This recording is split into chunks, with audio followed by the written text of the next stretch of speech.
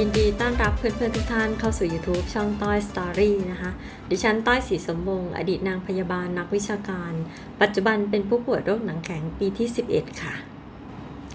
ขอบคุณเพื่อนๆทุกท่านนะคะที่ติดตาม YouTube ช่องของเรามายาวนานกว่า 4 ปีนะคะแล้วก็ขอบคุณเพื่อนๆที่ติดตามเพจโรคหนังแข็งสู้อย่างไรจึงชนะนะคะ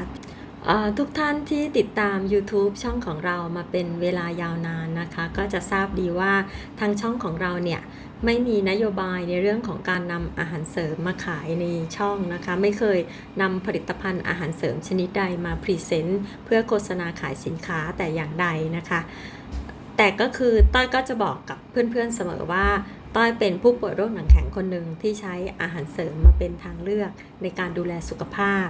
แล้วต้อยก็จะบอกกับทุกคนอยู่เป็นประจำว่าตัวต้อยเองปัจจุบันนะคะต้อยลาออกจากราชการแล้วนะคะและต้อยทำงานอยู่ที่ศูนย์ The Healthy One นะคะสถานประกอบการของเราเป็นสถานที่จำหน่ายอาหารเสริมแต่เราไม่เคยนำผลิตภัณฑ์อาหารเสริมชนิดใดมาโฆษณาขายในช่องนี้เมื่อก่อนนะคะต้อยรับราชการนะคะเป็นนางพยาบาลบรรจุราชการอยู่ที่โรงพยาบาลประจำอำเภอแห่งหนึ่งนะคะในจังหวัดราชบุรีแล้วก็หลังจากนั้นก็ไปเรียนเพิ่มวุฒินะคะแล้วก็ได้วุฒิมาสอบเป็นนักวิชาการนะคะก็เปลี่ยนสายงานนะคะมาทำงานเป็นนักวิชาการที่กระทรวงแห่งหนึ่งนะคะ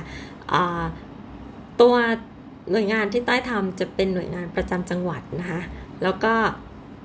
ช่วงที่ต้อยทำงานเป็นนักวิชาการนะคะต้อยก็ได้ป่วยเป็นโรคหนังแข็งนะคะรู้ตัวว่าป่วยเนี่ยประมาณปี 2557 นะคะแต่นับเวลาตั้งแต่ป่วยจริงๆส่วนใหญ่ถ้าวันที่หมอวินิจฉัยนะคะเรามีอาการป่วยก่อนหน้านั้นแต่เราไม่เคยสังเกตตัวเองนะคะจนกระทั่งมีอาการปวดบวมอักเสบเกิดขึ้นเราถึงจะเริ่มไปพบแพทย์ไปหาคุณหมอแล้วก็ให้คุณหมอวินิจฉัยอาการแล้วคุณหมอก็วินิจฉัยนะคะว่าต้อยป่วยเป็นโรคหนังแข็งก็เคยเล่าประวัติมาหลายคลิปแล้วนะคะแต่ขอเล่าอีกครั้งหนึ่งสำหรับคนที่เพิ่งเปิดมาดูคลิปนี้เป็นคลิปแรกนะคะคนที่ตามมา4 ปีแล้วก็ฟังซ้ำอีกรอบนึงนะคะช่วงปี 2557 นะคะที่คุณหมอวินิจฉัยว่าต้อยป่วยเนี่ยต้อยก็ไปศึกษาข้อมูลแล้วก็เริ่มรักษากับโรงพยาบาลทานยาโรงพยาบาลตามคุณหมอสั่งนะคะแล้วตอนนั้นเราถึงแม้เราจะเป็นพยาบาลมาก่อนแต่เราไม่เคยรู้จักโรคหนังแข็งเพราะว่าสมัยเราเรียนพยาบาลหลักสูตรไม่มีโรคนี้นะคะไม่มีโรคนี้สอนอยู่นะคะโรคภูมิทำลายตัวเองที่ต้อยเคยเรียนสมัยเป็นพยาบาลก็จะเป็นโรค SLE นะคะหนังแข็งเนี่ยเราไม่รู้จักเลยนะคะตอนทำงานพยาบาลก็อยู่ตึกศัลยกรรมนะคะไม่เคยเจอคนไข้โรคนี้เราก็ไม่รู้จักนะคะมารู้จักตอนที่เราป่วยเองคุณหมอวินิจฉัยแล้วเราก็เริ่มศึกษาหาข้อมูลเพิ่มเติมว่ามันเป็นโรคภูมิทำลายตัวเองแบบไหนความรุนแรงมากน้อยเพียงใดนะคะแล้วรักษาแล้วเรามีโอกาสจะกลับมาหายดีเรากลับมาแข็งแรงได้หรือไม่นะคะแล้วก็หลังจากเริ่มศึกษาข้อมูลตัวคุณหมอเองเขาก็บอกว่าอย่าดูข้อมูลในอินเทอร์เน็ตเยอะเดี๋ยวจิตตกแล้วตัวต้อยยิ่งหมอห้ามก็ยิ่งอยากรู้เนาะเพราะมันคือชีวิตเราคือคนป่วยเราต้องศึกษาข้อมูลเกี่ยวกับโรคที่เราเป็นให้เยอะๆนะคะตัวต้อยเนี่ยก็เปิดตำราอ่านข้อมูลทั้งในประเทศไทยในต่างประเทศนะคะค้นหาแนวทางการรักษาโรคหนังแข็งนะคะแล้วคำตอบที่ได้อะค่ะสำหรับตัวต้อยนะต้อยมองว่ามันมืดนะคะมันเหมือนมืด8 ด้านเลยเพราะว่าคำตอบที่ต้อยได้จากการที่ต้อยค้นคว้าหาข้อมูลด้วยตัวเองเนี่ยก็คือการรักษาแผนปัจจุบันยาที่ใช้จะแค่ประคองบรรเทาแต่มันยังไม่มียาหรือว่าอะไรที่มาช่วยยับยั้งการลุกลามของพังผืดที่จะเกิดขึ้นในตัวผู้ป่วยถ้าเราเป็นโรคหนังแข็งชนิดซิสเตมิกนะคะหนังแข็งมี2 ประเภทนะคะชนิดซิสเตมิกเนี่ยมันจะเกิดการอักเสบตามเนื้อเยื่อเกี่ยวพันต่างๆในร่างกายทั้งภายนอกและภายในนะส่วนใหญ่ผู้ป่วยจะมีอาการแสดงออกจากภายนอกแล้วค่อยๆลามเข้าข้างในแต่ก็จะมีผู้ป่วยบางคนนะคะจำนวนน้อยที่ลามจากข้างในก่อนคือมีพังผืดเกาะอวัยวะภายในเช่นระบบทางเดินอาหารหรือว่าเกาะในปอดก่อนสภาพภายนอกเนี่ยยังดูดีไม่มีอะไรมากแต่ลามจากข้างในเยอะนะคะตัวต้อยเองเนี่ย เป็นโรคหนังแข็งชนิด systemic นะคะคือพังผืดสามารถลุกลามได้ทั้งภายนอกแล้วก็ภายในนะคะแล้วตอนที่ต้อยรักษากับทางโรงพยาบาลนะคะต้อยรักษากับทางโรงพยาบาลแต่ก็ปรึกษากับคุณหมอตลอดนะคะทุกครั้งที่คุณหมอนัดไป follow up เราก็จะถามว่าผลเลือดเป็นยังไงคะดีขึ้นไหมอาการโดยรวมดีขึ้นไหมอะไรยังไงนะคะคุณหมอเนี่ยเขาก็เป็นคนที่ใจเย็นมากนะคะคุณหมอใจเย็นแล้วก็พูดดีมากๆนะคะคุณอาจารย์หมอที่ต้อยรักษากับท่านอยู่ที่โรงพยาบาลนั้นนะคะท่านก็บอกว่ากินยาตามหมอสั่งไปก่อนนะคะผลเลือดเนี่ยเดี๋ยว follow up เป็นระยะแล้วก็ถ้ามีอะไรที่มันเริ่มลุกลามภายในผมจะแจ้งให้ทราบนะคะคุณหมอก็จะบอกแบบนี้นะคะแล้วตัวต้อยเองอะตอนที่ไปรักษาที่โรงพยาบาลแห่งนี้คือตอนเรานั่งรอคือตัวหนึ่งอ่านตำราเยอะ อ่านข้อมูลโรคหนังแข็งในประเทศแล้วต่างประเทศแล้วเฮ้ยเขาพิการกันอะเขาผอมกันอะเขาดำกันอะแล้วอีกหน่อยเราจะพิการเราจะผอมเราจะดำแบบนั้นไหมนะคะนั่นคือแบบเราก็กลัวนะเรากลัวเสร็จแล้วเนี่ยคนที่มานั่งรอคิวตรวจหลังเราอะเขามือค้างเนี้ยค้างเนี้ยนะเหมือนมือถือมะม่วงแล้วแบบตัวดำหนังเนี่ยเป็นมันอะเป็นมันแบบเราเห็นแล้วเราจิตตกค่ะเราจิตตกแล้วเราก็เข้าไปถามด้วยความอยากรู้ถามว่าพี่คะป่วยโรคหนังแข็งใช่ไหมเรารักษามากี่ปีแล้วคะอะไรอย่างเงี้ยเขาก็บอกว่าป่วยมาประมาณ3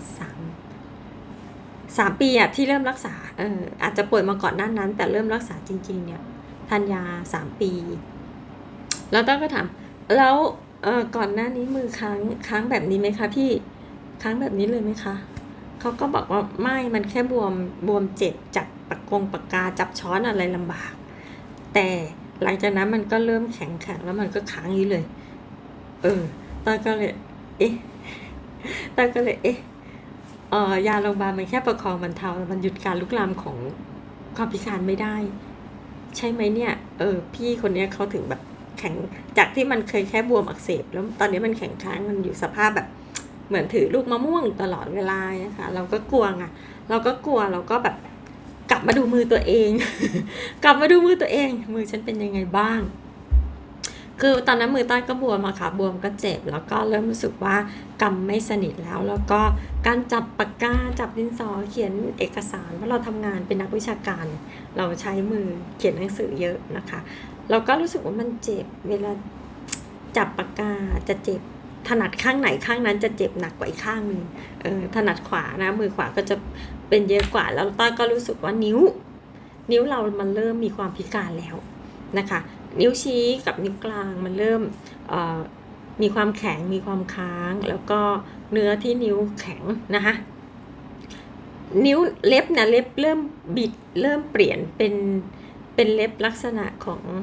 โค้งงอซึ่งมันเป็นรูปเล็บที่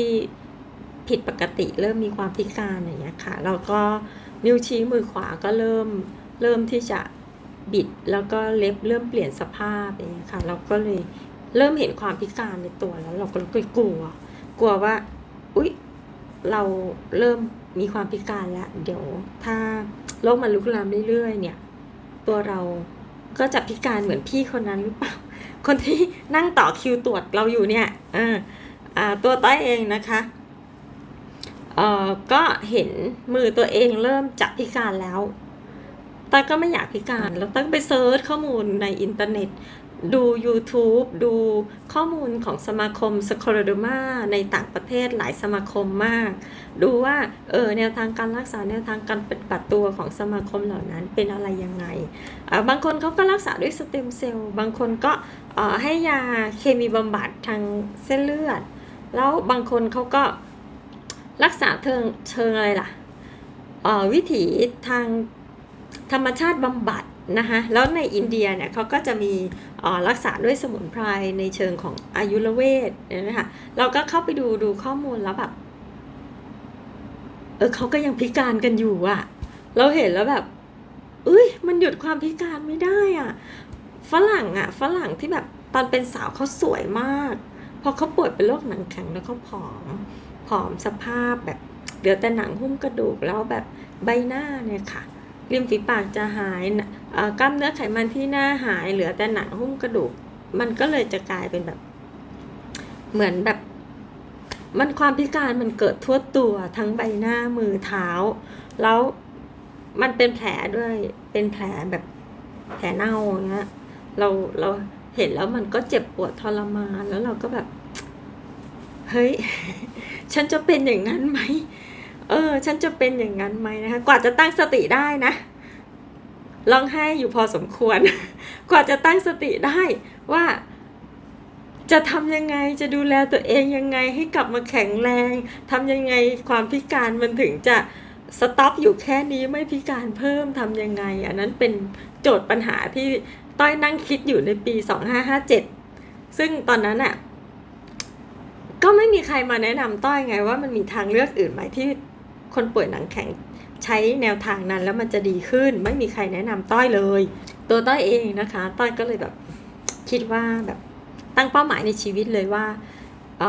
จะลองทานยาโรงพยาบาลสักพักหนึ่งถ้าไม่ดีขึ้นต้อยจะเปลี่ยนการดูแลสุขภาพตัวเองแต่ตอนนั้นก็ยังไม่รู้ว่าจะเปลี่ยนไปทางไหนเพราะว่า1ไม่มีใครแนะนำว่าไปทางไหนแล้วมันจะดีขึ้นนะคะ2เราดูข้อมูลคนป่วยหนังแข็งทั้งในประเทศในต่างประเทศละทุกคนหนีความพิการหนีอาการผอมแห้งดำได้ยากมากนะคะแล้วก็ถ้าพังผืดมันลามในปอดเยอะๆเนี่ยมันเป็นสาเหตุที่ทำให้คนไข้หนังแข็งเสียชีวิตได้ง่ายมากนะคะได้ง่ายมากตัวต้อยเองนะคะเมื่อทานยาโรงพยาบาลไปประมาณ1 ปีเต็มนะคะต้อยก็ตัดสินใจว่าต้อยจะต้องใช้ทางอื่นแล้วล่ะเพราะว่านิ้วมือที่มันเริ่มมีความพิการอ่ะมันเป็นมากขึ้นแล้วก็นิ้วชี้ที่มันเริ่มบิดผิดรูปอันเนี้ยตอนนั้นมันก็เริ่มแข็งเริ่มเจ็บแล้วอะเรารู้สึกว่าเฮ้ยเราจะเสียละ3 นิ้วถ้าเราใช้ยาโรงพยาบาลอย่างเดียวต่อเราจะแข็งค้างแบบพี่คนนั้นไหมที่เราเจอที่โรงพยาบาลนะค้างแบบนี้เลยอย่างเงี้ยทานยาโรงพยาบาลอยู่3 ปีแล้วค้างนี้เลยเราก็ไม่อยากเป็นอย่างนั้นคือตอนไม่ได้ว่ายาโรงพยาบาลไม่ดีนะคะยาโรงพยาบาลดีค่ะช่วยประคับประคองบรรเทานะคะคนที่เริ่มป่วยเป็นโรคหนังแข็งนะคะคุณหมอวินิจฉัยเนี่ยเราเริ่มป่วยหนังแข็งต้อยอยากแนะนำว่าลองให้โอกาสกับตัวเองก่อนนะคะรักษาด้วยแพทย์แผนปัจจุบันก่อนนะคะถ้าไม่ได้ผลอะไรยังไงคุณค่อยเปลี่ยนไปทางอื่นที่คุณคิดว่ามันเหมาะสมมันดีกับตัวคุณนะคะอย่างต้อยเนี่ยต้อยก็ให้โอกาสกับตัวเองในการรักษาด้วยแพทย์แผนปัจจุบันก่อนนะคะแต่ก็คือร่างกายต้อยเนี่ยไม่ตอบสนองกับยาที่คุณหมอให้นะคะผลที่ได้ก็คือ3 นิ้วแหละเริ่มพิการมากขึ้นแล้วก็มือก็บวมไม่หายก็มือไม่มีแรงเปิดขวดน้ำไม่ได้นะคะแล้วก็ตัวก็ดำตัวก็ผอมถ้าเพื่อนที่ตาม YouTube หรือตามเพจโรคหนังแข็งสู้อย่างไรจึงชนะอยู่จะเห็นรูปต้อยสมัยต้อยป่วยเดี๋ยวต้อยขึ้นให้ดูในคลิปนี้ก็ได้หลายๆคนที่ยังไม่เคยดูต้อยสตอรี่อาจจะได้เห็นรูปสมัยต้อยป่วยเป็นโรคหนังแข็งนะคะก็ผอมคล้ำดำตามสเต็ปเลยนะคะแล้วก็มือก็บวมก็เจ็บไม่มีแรงเปิดขวดน้ำไม่ได้นิ้ว3 นิ้วเริ่มจะพิการแล้วนะคะตอนนั้นแล้วก็การตัดสินใจทางเลือกอื่นน่ะสำหรับตัวต้อยนะไม่มีใครแนะนำต้อยเลย ไม่มีใครแนะนำต้อยเลยว่าไปทางไหนดีนะคะตอนนั้นนะต้อยหาแนวทางด้วยตัวต้อยเองคือต้อยมองว่าร่างกายเราเนี่ยภูมิคุ้มกันมันทำลายตัวเองมันจึงเกิดการอักเสบขึ้นตามเนื้อเยื่อต่างๆเมื่อการอักเสบมันเกิดขึ้นเนี่ยพังผืดมันถึงเกิดตามมาอันนี้เป็นลักษณะของโรคหนังแข็งคือมีการอักเสบตรงไหนพังผืดจะเกิดขึ้นตรงนั้นแหละแล้วมันเกิดซ้ำๆอักเสบซ้ำๆพังผืดก็เกิดซ้ำๆมันก็หนาพอกตัวเหมือนดินพอกหางหมูอะค่ะมันก็เลยทำให้ ผิวเราจากที่เคยอักเสบสมมตินะคะมือเคยอักเสบอยู่แล้วมันอักเสบซ้ำๆมันก็เลยเริ่มตึงเริ่มแข็งเริ่มค้างอย่างเงี้ยค่ะแล้วก็มันเป็นโรคที่ส่งผลกับเส้นเลือดหลอดเลือดนะคะเส้นเลือดเนี่ยตีบแข็งได้นะคะแล้วก็หลอดเลือดตีบแข็งได้ทำให้เมื่อเราป่วยไปนานๆหลอดเลือดปลายมือปลายเท้าตีบเลือดเลี้ยงไม่ถึงเกิดอะไรขึ้นคะเน่าปลายมือปลายเท้าเป็นแผลเน่านะคะนี่คือโรคหนังแข็งเป็นอาการของโรคหนังแข็งที่มันลุกลามบริเวณเส้นเลือดส่วนปลายนะคะเส้นเลือดส่วนปลายตัวต้าก็ไม่อยากเป็นแบบนั้นนะคะเราไม่อยากเป็นแบบนั้นเราก็ด้วยแนวคิดที่เราคิดเราอ่านตำราเรื่องของเซลล์ชีววิทยาเนี่ยข้อมูลเรื่องของชีวเซลล์เรื่องของ anatomy เรื่องของกายวิภาคศาสตร์เราไปลองอ่านดูนะคะตอนนั้นต้าก็ไปศึกษาข้อมูลเรื่องของการล้างพิษออกจากเซลล์นะคะการบำรุงเซลล์การปรับสมดุลฮอร์โมนไปปิ๊งไอเดียเรื่องของการใช้ผลิตภัณฑ์เสริมอาหารบางอย่างมาช่วยล้างพิษปรับสมดุลเสริมภูมิคุ้มกันอะไรเนี่ยเอามากินเสริมกับยาโรงพยาบาลไม่ได้หยุดกินยาโรงพยาบาลทันทีนะคะกินเสริมร่วมกันอยู่ระยะหนึ่งมันไม่ได้ผลเพราะว่าไม่มีใครแนะนำเราไงว่าควรจะทานอาหารเสริมชนิดไหนอาหารเสริมที่เราไปซื้อมาทานอ่ะมันมีสรรพคุณเขาเขียนตามที่เราต้องการจริงแต่กินแล้วมันไม่ได้ผลอ่ะต้อยเคยเล่าคลิปก่อนนู้นเลยแนวคิดที่ว่าทำไมต้อยต้องกลับมาดูแลเซลล์ของเรากลับมาล้างพิษบำรุงฟื้นฟูปรับสภาพฮอร์โมนปรับอะไรของตัวเองใหม่เนี่ยแนวคิดเนี้ยมาจากคำสอนของพระพุทธเจ้าพระพุทธองค์ของเรานะคะต้อยนับถือศาสนาพุทธนะพระพุทธเจ้าท่านจะสอนเราในเรื่องของการแก้ปัญหาการดับทุกข์นะคะแก้ปัญหาแก้ที่สาเหตุนะคะทุกทั้งปวงดับที่สาเหตุต้อยถึงมาดูว่าสาเหตุของความเจ็บป่วยของโรคที่เราป่วยเนี่ยเราป่วยเพราะอะไรนะคะเราป่วยเพราะเซลล์เราเสื่อมสภาพมันแทนที่มันจะสร้างภูมิคุ้มกันทำลายเชื้อโรคมันทำลายตัวเองนะทำลายตัวเองให้เกิดการอักเสบเมื่อการอักเสบเกิดพังผืดตามมาร่างกายเราจะตึงแข็งโรคหนังแข็งมันจะเป็นประมาณนี้นะคะเสร็จแล้วเนี่ยตัวต้อยก็เลยคิดว่าถ้าฉันบำรุงเซลล์จับที่เซลล์เป็นหลักเลยนะถ้าฉันจัดการเซลล์ของฉันได้ล้างพิษออกจากเซลล์บำรุงเซลล์ให้มันแข็งแรงนะคะฮอร์โมนในร่างกายปรับสมดุลทุกอย่างเนี่ยมันน่าจะสงบมันน่าจะดีขึ้นนะคะสาเหตุของความเจ็บป่วยที่ต้อยกลับมาดูว่าฉันป่วยเพราะอะไรนะแก้ปัญหาแก้ที่สาเหตุใช่ไหมเรามาดูสาเหตุพอเปิดตำราแพทย์ปุ๊บมีแต่ข้อสันนิษฐานตำราแพทย์ไม่มีฟันธงเลยว่าคุณป่วยเพราะอะไรจะมีข้อสันนิษฐานนะ1กรรมพันธุ์2การได้รับสารพิษสารเคมีจากสิ่งแวดล้อม3คุณป่วยมีโรคประจำตัวบางอย่างมาเช่นคุณเป็น SLE มาก่อนคุณเป็นเบาหวานคุณเป็นไทรอยด์คุณเป็นรูมาตอยด์มาก่อนคุณมีโอกาสที่จะโรคพัฒนาความรุนแรงมาเป็นโรคหนังแข็งหรือสคเลโรมาได้นี่คือสิ่งที่ตัดข้อมูลเหล่านี้เป็นสิ่งที่ต้อยอ่านเจอนะคะแล้วก็ลองมานั่งนึกว่าฉันป่วยเพราะอะไรนะคะมันมีสาเหตุอีกหลายอย่างที่ตำราแพทย์เขียนไว้ในเรื่องของความเครียดการพักผ่อนน้อยการไม่ดูแลสุขภาพอันนี้ก็เป็นปัจจัยที่ทำให้เราป่วยเป็นโรคหนังแข็งขึ้นมาได้นะคะตัวต้อยเองก็สันนิษฐานนะคะว่าตัวเองน่าจะป่วยจากพฤติกรรมตัวเองนี่แหละพฤติกรรมของต้อยคืออะไรสมัยวัยรุ่นอายุ20นะ20ย้อนกลับไปเมื่อ20กว่าปีที่แล้วนะให้บวกเลยปัจจุบันอายุเท่าไหร่ ย้อนกลับไปเมื่อ20กว่าปีที่แล้วเป็นคนที่ผมเส้นใหญ่อยากโซฟูหัวฟูนะคะก็อยากเส้นตรงก็ชอบยืดผมแล้วก็เมื่อก่อนจะยืดผมทุก3เดือนเลยปีนึงยืด4ครั้งเมื่อก่อนสมัยก่อนมันไม่มียืดถาวรสมัยนี้ยืดถาวรปีละครั้งกันนะสาวๆจะชอบยืดถาวรปีละครั้งแต่สมัยต้อยเป็นสาวตอนนี้ต้อยแก่แล้วเกือบจะ50แล้วล่ะอีกปี2ปีก็50แล้วค่ะ สมัยต้อยเป็นสาวอายุ20เป็นวัยรุ่นเนี่ย ยืดผมปีละ3-4 ครั้งต่อปีแล้วก็ยืดมาตลอดจนมาเริ่มป่วยตอนอายุเกือบ40ป่วยเป็นหนังแข็งคือยืดมาสะสมยืดการยืดด้วยน้ำยาเคมีเนี่ยต้อยรู้เลยนะว่ามันทุกครั้งที่เราไปยืดผมเนี่ยน้ำยาเคมีมันจะซึมเข้ารูขุมขนที่หนังศีรษะของเราเพราะเราจะรู้สึกแสบๆคันๆใช่ไหมคะคนที่เคยยืดจะรู้ฟีลลิ่งนี้ นะคะไม่ว่าจะเป็นการยืดการย้อมการโกรกการดัดน้ำยาเคมีเหล่านั้นซึมเข้ารากผม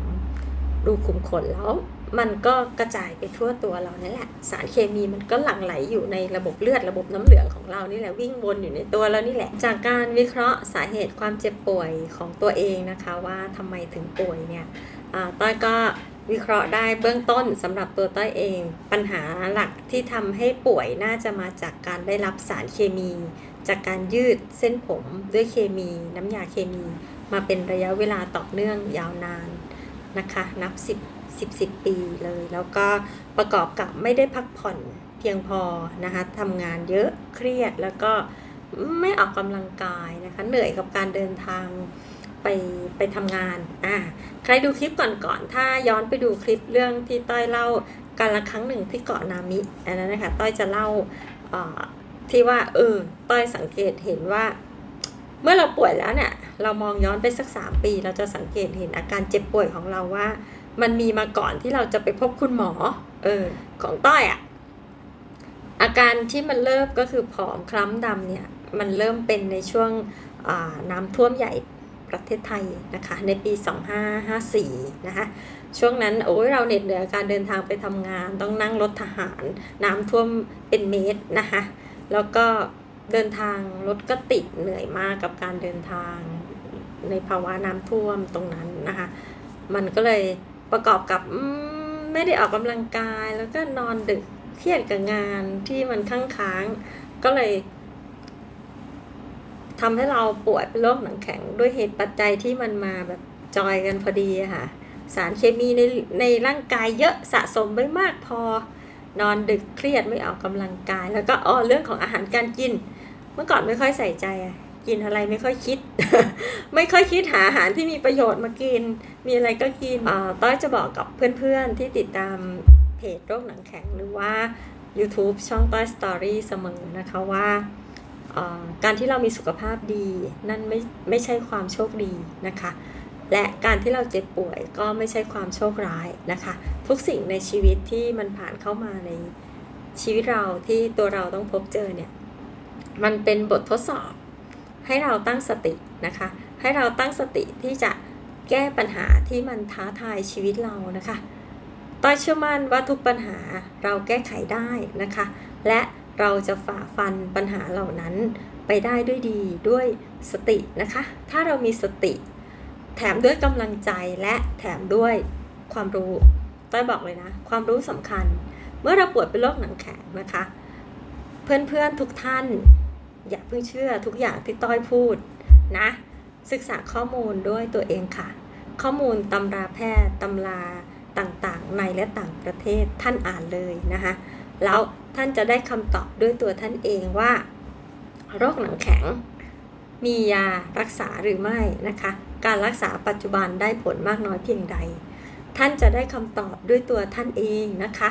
ไม่ต้องเชื่อที่ต้อยพูดนะคะเพราะสิ่งที่ต้อยพูดคือสิ่งที่ต้อยพูดคือสิ่งที่ต้อยศึกษาค้นคว้ามาด้วยตัวต้อยเองแล้วต้อยได้คำตอบด้วยตัวต้อยเองแล้วนะคะต้อยไม่ได้ฟังใครพูดมานะคะแต่ถ้าท่านดู YouTube ตอนนี้อยู่นะคะแล้วท่านดูต้อยพูดอย่าเพิ่งเชื่อนะคะขอให้ท่านศึกษาข้อมูลด้วยตัวท่านเองเชื่อด้วยสิ่งที่ท่านค้นคว้ามาเองอย่าเชื่อในสิ่งที่ต้อยพูดนะคะเพราะสิ่งที่ต้อยพูดมันคือประสบการณ์ชีวิตของต้อยที่ผ่านมาแล้วต้อยนำมาเล่านำมาแชร์เพื่อหวังว่าข้อมูลที่ต้อยเล่ามันจะมีประโยชน์กับคนอื่นบ้างนะคะเป็นทางเลือกให้กับคนที่รักษากับทางใดทางหนึ่งมาแล้วไม่ว่าจะเป็นแผนปัจจุบันแผนจีนแผนอะไรล่ะแผนไทยนะคะหรือว่ารักษาในเชิงธรรมชาติบำบัดแนวอื่นๆมา ถ้าคำตอบของการรักษามันยังไม่ดีขึ้นนะคะร่างกายยังไม่แข็งแรงยังมีปัญหาบางอย่างที่มันยังไม่โอเคอย่างเงี้ยค่ะก็ลองมาฟังสิ่งที่ต้อยเล่าว่าต้อยใช้วิธีการดูแลสุขภาพยังไงนะคะถึงกลับมามีสุขภาพที่แข็งแรงขึ้นได้เช่นในปัจจุบันนะคะเพราะว่าอย่างตัวต้อยเนี่ยสิ่งที่ต้อยใช้ในการดูแลสุขภาพมันมีมากกว่าคำว่าอาหารเสริมนะคะต้อยบอกเลยนะคะมันมากกว่าคำว่าอาหารเสริมบางคนนะคะรู้ว่าต้อยทานอาหารเสริมดูแลสุขภาพก็จะเข้ามาถามเพื่อที่จะไปซื้อทานคุณจะซื้อกับต้อยก็ได้หรือคุณจะซื้อกับใครก็ได้มันไม่สำคัญมันสำคัญที่ว่าไอสิ่งที่มันมากกว่าการกินอาหารเสริมน่ะคุณยังไม่ทราบคุณยังไม่รู้แล้วคุณไม่รู้คุณมุ่งแต่กินอาหารเสริมแล้วสุขภาพของคุณนะคะมันจะแข็งแรงขึ้นดีขึ้นเหมือนกับต้อยได้ไหมต้อยไม่ได้ว่าต้อยแข็งแรงที่สุดแต่ต้อยแข็งแรงกว่าวันนั้น แข็งแรงกับตอนที่ต้อยป่วยแล้วต้อยก็อาการดีขึ้นมาตลอดโรคต้อยสงบตั้งแต่ปี58โรคสงบแล้วนะคะอาการปวดบวมอักเสบเนี่ยที่มือเนี่ยไม่เป็นแล้วเหลือแต่รอยโรคค่ะผิวที่ดำตัวที่ผอมอาการเหล่านั้นไม่มีแล้วเหลือแต่รอยโรคด่างขาวที่เคยลามที่แผ่นหลังที่ใต้คอยังมีให้เห็นจางๆนะคะถ้ามาดูใกล้ๆคุณจะเห็นว่ามันยังมีแต่มันหยุดการลุกลามนะคะแล้วเราก็ไม่ได้มีสภาพผอมแห้งดำเหมือนกับเคสฝรั่งที่เราไปเปิดดูในอินเทอร์เน็ตโอ้โหสวยตอนเป็นสาวสวยมากเลยพอป่วยเป็นหนังแข็ง5 ปี10 ปีไปแล้วเหลือแต่หนังหุ้มกระดูกเร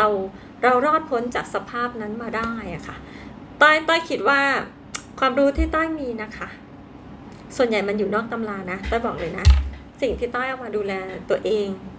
ส่วนใหญ่มันจะอยู่นอกตำราแล้วถามว่าความรู้นอกตำราเนี่ย